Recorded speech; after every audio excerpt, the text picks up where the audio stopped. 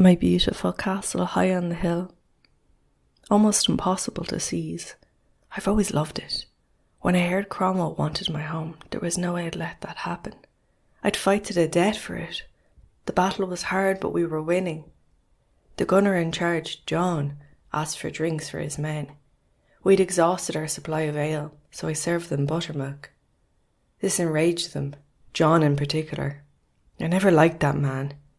From the moment I saw him, I knew he was poison. My serving of the wrong type of drink was all the excuse John needed to betray me. He gave the enemy the signal of surrender.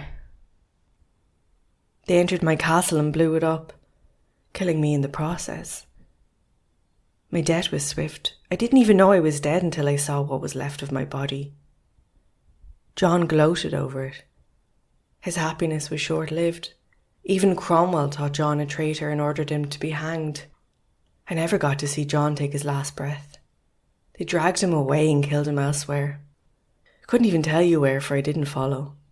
Even in death, I couldn't bear to leave. My castle needed me here to protect it. Hundreds of years have passed now since my death. I have watched my castle fall further into ruin. People visit. Some sense me. One or two have even seen me, but most know me only as a cold breeze in their skin. Some of those that visit my castle have lived here before in other lives. The man I was married to when I was alive has returned every century. Many of those who fought during the battle have come back. John hasn't.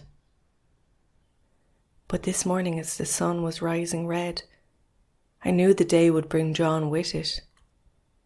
I always know when an old friend or enemy will return. I'm never wrong. And I can see him coming along now, speaking in an accent from beyond the sea. He's with a woman. He like a rat and she a vulture.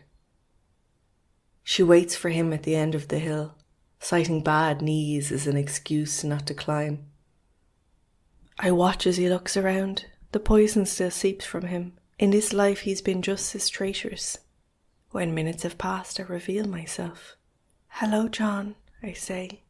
The fear is delicious in his eyes. When I place my cold hand on his chest, he remembers everything.